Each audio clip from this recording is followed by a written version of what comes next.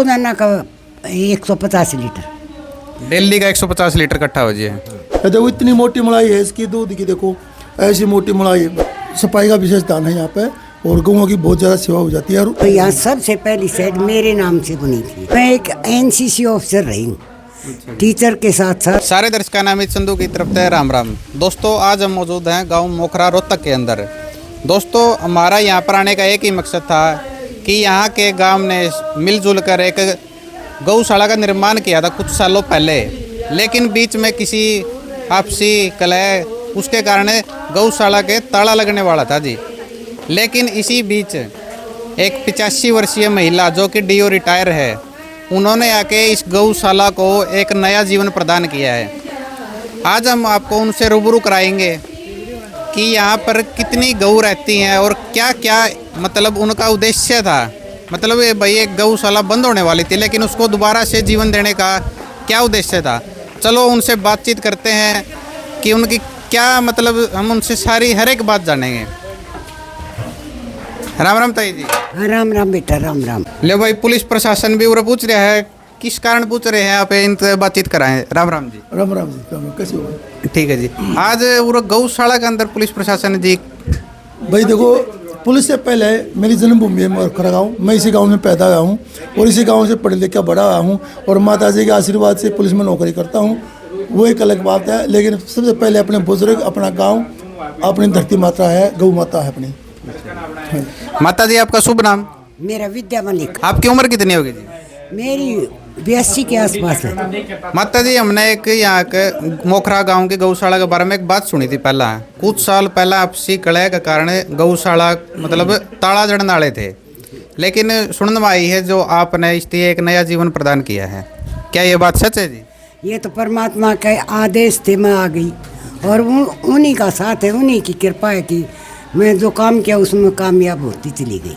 आप मतलब कितने वर्षों से यहाँ पर संचालन कर रहे हो? मेरे को चौथा साल है, 22 में आई थी। अच्छा जी। रिटायर किस उम्र में हुए थे आप? मैं 2003 में रिटायर हूँ। इसका मेन उद्देश्य क्या था जी? मतलब वह देखा पे कोई भी कर्मचारी है आपकी रिटायरमेंट पे आके वो सोचा ले भाई सारी उम्र नौकरी कर ली, यही बराबर तो बड़का पे सेवा करावांगे, आनंद लेवांगे जिंदगी का। लेकिन आप पूरे इसमें मतलब क्या सोच के आए थे, क्या आपका उद्देश्य है? एक तो देखो कारण होता है कि वो ये ऐसा सोचते हैं उनके स्टेमिना नहीं होती, शरीर में उतनी जान नहीं होती। मैं एक एनसीसी ऑफिसर रही हूँ, टीचर के साथ साथ एनसीसी ऑफिसर रही, इसलिए एक्टिव रही। मेडल भी मैंने मतलब एनसीसी ऑफिसर रहते हुए बेस्ट शॉट का मेडल लिया है। उसका कारण क्या था, मेरा स्वास्थ्य ठीक था और एनसीसी में रहने से भी ठीक रहा। अब शरीर ठीक है तो काम भी करूँगी। तो ये गौशाला, गौओं के प्रति मेरा शुरू से ही रुझान है, मैं बचपन से ही करती आई। अगर बात करा जिस टाइम आपने उरे की भागदौड़ जो संभाली थी, उस टाइम पे इस गौशाला में कितनी गऊ थी? उस टाइम 300 के करीब। एक बात बताना चाहूँगी, ये गौशाला की स्थापना की ना, तब भी मैं मतलब ये गुरुकुल था और बिल्डिंग में गौएं कमरे में कैसे खड़ी हूँ, तो मैं यहाँ आई ना, देखा मैंने भाई मेरी ओर से एक सेट बनवा दो। तो यहाँ सबसे पहली सेट मेरे नाम से बनी थी। अच्छा जी। गौओं के प्रति रुझान था। उसके बाद हर साल मैं चंदा देने आती थी। इस साल आई तो गौओं की हालत ठीक नहीं थी, तो इन लोगों की हेल्प करी। आई तो थी दान देने, फिर इन कह दी कि जिम्मेवारी आप संभालो। देखते हैं, संभालते हैं, भगवान का ऐसी मर्जी होगी, मेरी दिल की इच्छा थी कि मैं सेवा करूं, मेरे को मौका मिल गया, बढ़िया होगा। अगर आज के टाइम की बात करा तो आज अपनी इस गौशाला में कितनी गायें हैं? 700। 700 गायें हैं जी। 700 मतलब ये है कि और बढ़ गई होंगी, रोजाना एक गाय बछड़ा तो आता 700 प्लस ही है फिलहाल, 700 प्लस में है। देखो भाई 700 प्लस गायें हैं यहाँ पर। और हमने यहाँ का मुआवना किया था कि मतलब एक तो गौशाला नाम की होती है, एक होती है वास्तव में हाँ भाई गौशाला है। तो हमने जहाँ पर गए, हम आपको वीडियो में एक दिखाएँ भी गए कि कहीं पर भी किसी प्रकार की कोई गंदगी नहीं है। चारा है वो बिल्कुल अच्छा है, अच्छी क्वालिटी का फ्रेश है। और जो छोटे छोटे बाछड़े हैं उनकी बढ़िया तरीके से संभाल करी जावे है। गौवा थी रोटी भी नुक नहीं, सीधी रोटी गाम राम दे गया, वह नुक्की नु सीधी खवा दी ना। उनती चूर के पानी में बेवे शुरू में, फिर उनका चूरा बनावे है, फिर वह तूड़ी में रला के चारा में रला के वह खवावे जी। जैसे जी अमर कटारिया जी, आप यहाँ पर आए थे तो आपने इसका मुआवना भी किया, आपने मतलब कितने को गंदगी कोई सी चीज़ महसूस करी हुए ना है गौशाला में, थोड़ा कोई में गलत हो रहा है? देखो, मैं तकरीबन आता रहता हूँ गौशाला में, और यहाँ माता जी की जो व्यवस्था है बहुत ही अच्छी व्यवस्था है। सफाई का तो बहुत ज़्यादा ध्यान रखती है माता जी। पानी का गौों के लिए बहुत अच्छा प्रबंध है, टैंक लगवा रखे हैं जो अच्छा शुद्ध का पानी लाते हैं और वही पानी पिलाते हैं। खेड़ बना रखे हैं और भाई गौों के लिए जो ना टीन लगा रखे हैं, पंखे लगा रखे हैं, और सभी गऊ ना स्वस्थ है। यहाँ सबसे बड़ी बात है, कोई भी गऊ मतलब परेशान नहीं किसी पर, जैसे किसी टांग का चोट नहीं या बीमारी कोई नहीं। तो सफाई का विशेष ध्यान है यहाँ पे, और गौों की बहुत ज़्यादा सेवा हो जाती है। और इसमें हमारा जो गांव है वो भी काफ़ी सहयोग कर रहा है। गांव के तकरीबन सभी लोग सहयोग कर रहे हैं और करते रहते हैं। जिसकी जिसकी मदद होती है वो उस हिसाब से मदद करता है। और यहाँ का जो है घी दूध बहुत पसंद है, माता जी बनाती है। देखो मैं आपको दिखाता हूँ, आजकल है ना बहुत कम लोगों को पता है घी कैसे बनता है। देखो ये गाय का घी, ये बहुत पहले जो बुजुर्ग आ रहा था उन्होंने खाया होगा, लेकिन आज शहरों में ये चीज़ें नहीं हैं। ठीक है, थैली का दूध आ गया, फ्रिज में रखते हैं, पी लेते हैं। देखो इतनी मोटी मलाई है इसकी दूध की, देखो ऐसी मोटी मलाई है। तो इस प्रकार से दिन में जो भी दूध बच जाता है ना उसको हम उबालते हैं, फिर उसका घी बनाते हैं, और लस्सी वस्सी भी ले जाते हैं, गाँव के दूध ले जाते हैं। और घी हमारा बहुत शुद्ध है, और जो हम समय टू समय उसको जो है ये हम लस्सी मतलब बिलोते हैं ना, तो इस ड्रम में भर देते हैं। इस लस्सी फिर लंगर वाले आते हैं, हाँ वो रोजाना 500 रुपये का हमारा ही बिकता है। सती भाई साईं हाँ, सती भाई साहब है के लंगर चलता है, तो वो कड़ी चावल देते हैं, तो ये यहाँ से लस्सी जाती है। तो 500 रुपये की लस्सी रोजाना लगभग हम 15,000 रुपये तो गए देते, 15,000 रुपये महीना आमदनी लस्सी की कर लेते। लस्सी तो 15,000 रुपये महीना आज है जी। अगर बात करें अपने गौशाला में कितनी दूध देने वाली गाय हैं? अब 25-30 कोई। तो बिन्ना में कितना दूध इकट्ठा हो जाए है? हमें महीने रोजाना का 150 लीटर, डेली का 150 लीटर इकट्ठा हो जाए। और 15 छिके 9,000 रुपये पर डे की आमदनी।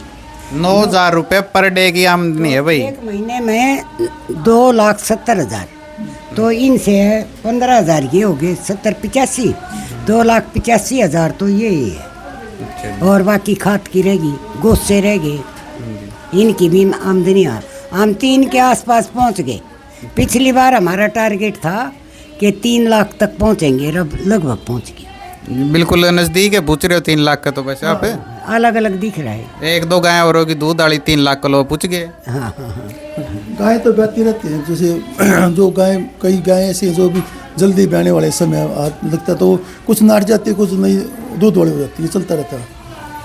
अगर बात करें कोई भी अगर वीडियो देख कर किसी भाई का नू जी कर दे, भाई माता जी हैं 85 साल की उम्र में इतना बढ़िया काम कर रहे हैं, और साथ देने खातर विभिन्न जगह पे एक अच्छे लेवल के लोग भी आने लग रहे हैं। अमर कटारिया जी हैं, वो भी देखो इतने मतलब पुलिस अधिकारी भी हैं और एक मंजे हुए कलाकार भी हैं, और हमें हमेशा सामाजिक नॉलेज भी देते रहते हैं अपनी वीडियो के माध्यम से। ये हमारे गांव के गौरव हैं, इतना बढ़िया पुलिस में रहते, इतना बढ़िया आदमी, और फिर गायों के प्रति आम सामाजिक सेवा तो है ही है।